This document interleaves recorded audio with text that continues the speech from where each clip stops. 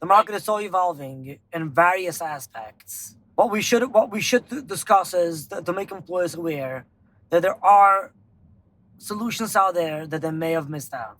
Brokers are sharp and they have a lot to say. This is Brokers in Cars Getting Coffee. Welcome to Brokers in Cars Getting Coffee, Eliezer. Thank you, Reid. Thank you for having me today. It's great to have you. Let me ask the question that's the elephant in the room. Eliezer, you're one of the only Hasidic Jews that I know that's in the insurance business that I see consistently at national conferences. I love that question. First of all, I must tell you that we have so many individuals in the business, and it's very diversified, as you can see. But the respect that one has for the other is amazing. As long as we respect each other, and as long as we have one thing that we're all look out for, which is helping an employer become the employer of choice. To help employers redistribute the money they're paying for healthcare in a better way in a ship and farm. I don't even feel a bit different than my colleagues in the room. Tell me what your focus is for the clients you serve. So we work with large, small, mid-sized employers. We have clients over a spectrum of states throughout the United States. And the focus is all about finding solutions. What do you think will be some of the next upcoming innovations in our benefits industry? One of the new innovative TPAs reached out to me that they want to create plans with zero deductibles and zero copays. So I told them, while I respect that and I love that, but we professionals, and we know what insurance is all about, insuring a risk. How can you possibly insure a risk that you know the risk is going to be huge? The answer was that there is certain AI components which can help understand the risk and understand how risky the group is. They asked me to help them design a plan. And we were focusing on certain levels in the plan, the benefits, which does not have a daily effect on a consumer, where we can bring up the copays and deductibles at that end. It wouldn't have an effect on the consumer, but it would have an impact on the rates. Rates can be lower and the copays can stay zero. When I talk to brokers around the country these days, I'm hearing pharmacy is just getting out of control. Any opinion on where that's going, or what do you think the future is of having different benefits that support pharmacy? My friend Chris and we actually had this conversation this morning. He had a group in Louisiana that the group was getting a GLP-1. They were paying $8,000, and they didn't even get any rebates. And from an international sourcing component, they were able to get the same for less than $2,000. And as we can see, ERISA lawsuits are popping up right and left because of fiduciary responsibility of medications with the Johnson & Johnson lawsuits. So to answer the question, there's definitely a huge shift to international sourcing.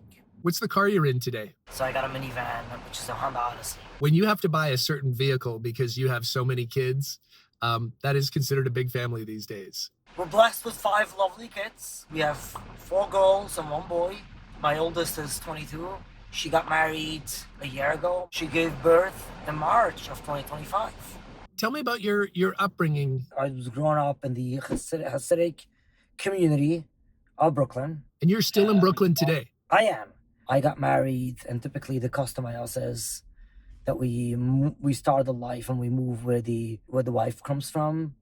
So my wife is from the different section of Brooklyn, which is the same ultra-Orthodox community too. Wonderful, wonderful people. We have our tight community here. So you've repeated many times your mission, and that is to help employers be the employer of choice. Was your mission focused like that in the beginning? The answer is no.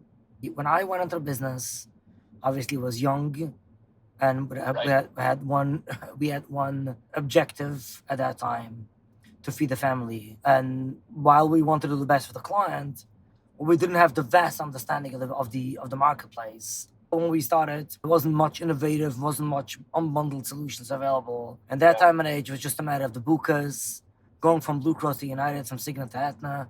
It was all about hopping around, going from one carrier to the next, seeing who's willing to give us the best rate. But in today's day and age, it's all about innovation, all about unbundling. There are wonderful people out there, wonderful employers out there. They want to be the employer of choice. They want to be the employer worth committing to. So we gotta help them achieve their objectives. As we say, we gotta learn the why and build our solutions surrounding the why. It goes back to Simon Sinek and start with why. And I've learned that through my wonderful coach, Kevin at Q4I.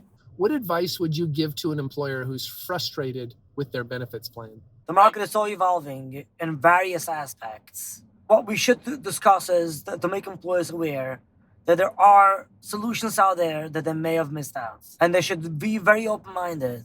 There are different solutions. It may or may not be a solution for them, but hey, don't be closely minded. Be open-minded and listen to what's going on, because the market is evolving and you may have missed out. As somebody who's such a learner, are you a reader? I do read a lot of books, but to be quite honest, most of them are on Audible. I don't have time to read, so I listen to them while I'm in the car. I'm reading Jeff Blunt's book on AI. Oh, is that right? Yeah. He is a good writer on prospecting and sales and using the updated technology. With that, Eliezer, I will say thank you for joining us on Brokers and Cars Getting Coffee. Thank you, Reid. Do you have a crazy client story for us? Crazy story. Actually, a good story. I had a good meeting the other day, and I shared with him how my approach in the market is, what I'm doing, and how I like to do things differently. And he loved that back then. He shared that with the HR. Unfortunately, HR had someone with them, as you can imagine. HR didn't respond or wasn't willing to pursue any conversation. But I reached out to the CFO and I told the CFO, hey, you and I had a conversation.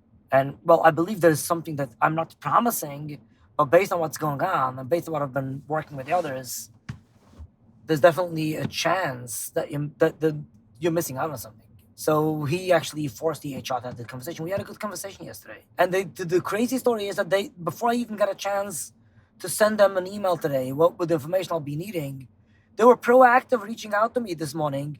Hey, what do I need in order to get you the information what you need to get us a quote? They're so hyped up. They want to get it as soon as possible. Nice.